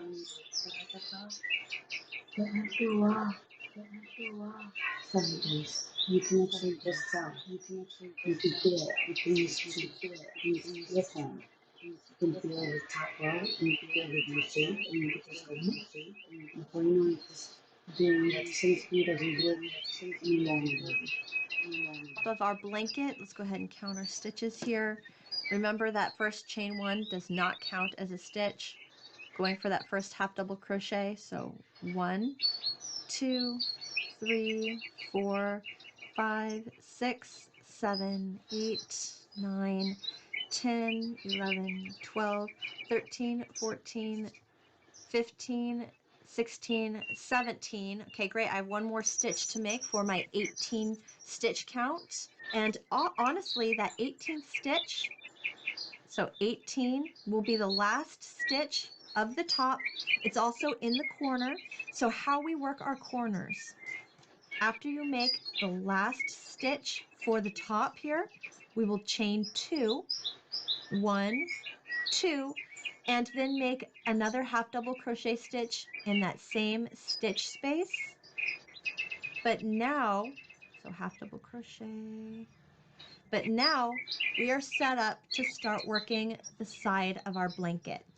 Usually I will make 3 stitches in the corner, but what I realized is the texture of this stitch, the texture of this yarn made it really difficult to see those stitches to make sure that I was following along in that corner. So by chaining 2, I have a big enough hole here where I can identify, boom, that is my corner. Okay? For the side of our work, we are going to work 1 half double crochet stitch on the side of each row. So again, we're going to keep working that finger method. So next row down is right here, working a half double crochet stitch. Okay, next row down, half double crochet stitch, and just working 1 half double crochet stitch in each, or in the side of each row. Go. If you want to count, just keep in mind how many rows we made. If you're making the same blanket that I did, you'll have a total of 84 rows. So you will make a total of 84 half double crochet stitches along the side, starting with that first half double crochet stitch after the chain 2. So it'd be 1. Once you make the chain as long as you want the blanket, so if you make the first chain 84 stitches or single stitches, that's it. That's the length of the blanket. The only variance is the tightness in the material of the yarn itself. But pretty much, if you count 84 and you start going across and don't miss stitches, you'll know. You can see it, you can feel it, you can come across it. It's easy to fix. the women, um, it'll end up perfect. Blankets, scarves, anything square, anything fancy. But don't overcomplicate it. She's kind of overcomplicating it. At least maybe from you know to stop. Because I'm gonna be started. Most of us are. Anyway, really. 2, 3, 4, 5. Okay, going on the bottom of that stitch here, looking at the next row, half double crochet. You can do this. Just pay attention, use the finger trick if you need to, pull your work, stretch it out. If you want to stretch it out to see where the holes are, to see where the stitches are, see where the rows are, I've done that too to help me out and guide you. All right, continue along the side and I'll meet you in corner number 2 to show you how we will work corner number 2 and the bottom of our blanket. Building a home for the people who are worth it. For work and play and every day. Upgrade with over 1 million parts and accessories and bring your truck. All right, once we have reached the second corner of our blanket here, you do not want to put anything in the foundation row chain. Okay, so pretend that doesn't exist. We're just going to go into row 1. You would easily find this by if you were going 84 rows, you would have counted 84 half double crochets at this point. Another good reason to count. Okay, after we make that last half double crochet stitch, we will chain 2 to get around this corner. 1, 2. Turn our blanket so we are working along the bottom. And then again, working between the stitches, working in that same stitch space, same corner that we already put a half double crochet stitch, making another half double crochet stitch there. And then we're all lined up to work the bottom. So between stitches, next stitch, next stitch. And remember, we made a total of 62 chains, so we have a total of 60 stitches across if you would like to count.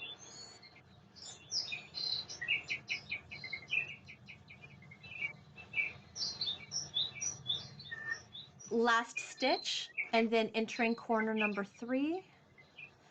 So for corner number 3, we will chain 2, 1, 2, and half double crochet in that same exact stitch, turning our work. So now we are working side number 2, or the third side, the last side of our blanket. And again, we're making 1 half double crochet stitch in the side of each row. So using our fingers to identify where the rows are, and just working 1 half double crochet stitch in the side of that row. Okay, go ahead and continue on. And I will meet you at the 4th corner here to show you how we close row number 1 of our border, get onto row 2, and then I think you'll be good to be off and running to finishing off this border. Okay, great. We have just reached corner number 4. I'm going to make my first half double crochet stitch right there. What you will notice is in corner number 4, there is already a half double crochet stitch in that corner before we even reach it. And that half double crochet stitch was actually the very first half double crochet stitch for this entire round 1 of the border. So when it comes to the 4th corner for round 1, all we have to do to satisfy the requirements of this corner is half double crochet, chain 2, and then slip stitch into the top of that first half double crochet stitch, or really just put your finger there and slip stitch into that first stitch to close round 1. And here is what we are looking at. What you will notice for the rest of the border is that we are going to be making 1 half double crochet stitch in each stitch all the way around. The sides are going to be significantly easier to work now because there's already a stitch that we can identify and work with. Every single corner we can identify because it has that chain 2, so it'll be very easy for us to figure out, oh, I've reached the corner, because you will have reached that chain 2 section. In each chain 2 section, you are going to half double crochet, chain 2, half double crochet. The only corner that will ever change, so you're going to repeat that row after row after row, the only corner that will ever change is corner number 4, because the yarn that we are adding to the project is going to continue to go straight this direction, but the corner of this blanket is going to angle this direction as we work. So there's going to be this gap space here where we are going to have to add a stitch every row that we grow, because every row we're going to continue to expand this way, which means there's going to be a bigger gap here before we can join our yarn and move on to the next row. Let me work 3 rows with you, give you an idea of how this will look, how it'll work, and then I will explain more of how you will add or continue this corner row after row after row in the pattern. But I think that if I explain 3 more rows, you'll pick up what I'm trying to get at here. To begin every round for our border, we're going to chain 1. Then we're going to find the first half double crochet stitch. It's right there. We're going to make 1 half double crochet stitch in each stitch across. So let's go ahead and continue, and I'll meet you in the first corner to show you us working that, and we're just kind of do a speed round here, go really fast to get to each corner. No matter what kind of butt you got, Huggies has more curves and an outstanding active fit. We got you, baby. Every Halloween, she copies me. But at Michael's, we can be. Okay, coming upon corner number 1, I just reached my chain 2 section. So in that chain 2 section, I'm going to half double crochet, chain 2, half double crochet. Perfect. And then we rotate and start working along this side. Again, continuing to make 1 half double crochet stitch in every stitch all the way across. I will meet you in corner number 2 to work that, and then we'll jump to corner number 3. All right, corner number 2, the chain 2 section here, half double crochet, chain 2, half double crochet, and then we rotate and start working this side of the blanket border, continuing the 1 half double crochet stitch in each stitch across. Okay, so we have just reached corner number 3, half double crochet, chain 2, half double crochet. Corner 1, 2, and 3 are all worked the exact same. We rotated our work. Last side of the blanket, it's corner number 4 that's always different. So let's go ahead and make 1 half double crochet stitch all the way up to corner number 4, and then I will meet you at corner number 4 to show you how we work that. All right, we have just made it to corner number 4. I've just reached that chain 2 here. So in that chain 2 section, I'm doing the half double crochet, chain 2, half double crochet, chain 2, half double crochet. There we go. Turning my work, so I am now facing this side of the blanket, and now I just slip stitch into the very first stitch of round 2 here. So this was round 2. Let's move on to round 3 of our border. So we'll chain 1, half double crochet in that same stitch that we just slip stitched into, and then make 1 half double crochet stitch in each stitch all the way across. I will meet you in corner number 1 to work that with you. All right, we've reached corner number 1. I know this because I found the chain 2 here. Half double crochet, chain 2, half double crochet.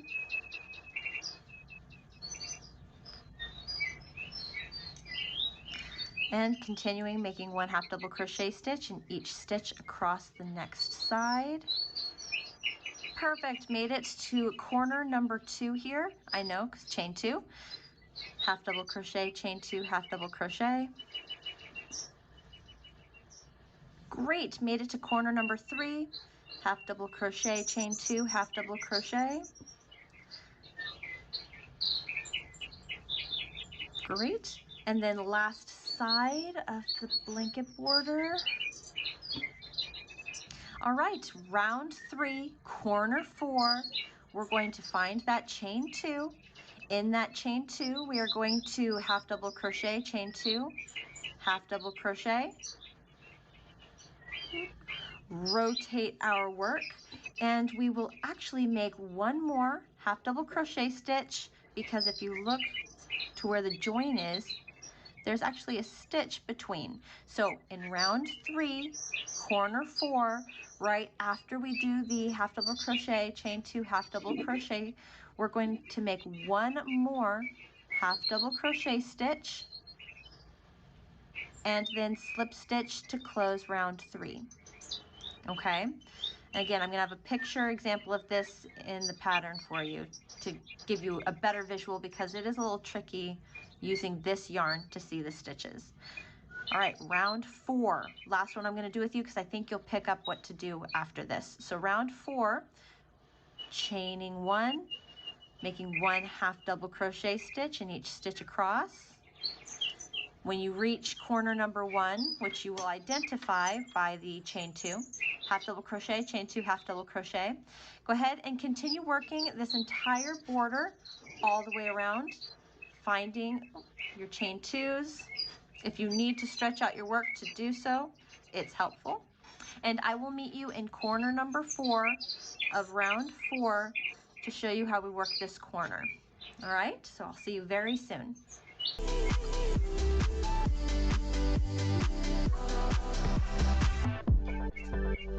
Buick, exceptional by design. All right, meeting up with corner number 4 of round 4 here. So in that chain 2 section, making a half double crochet stitch, chain 2, half double crochet. And now I'm actually going to make 2 half double crochet stitches before I slip stitch to close this round.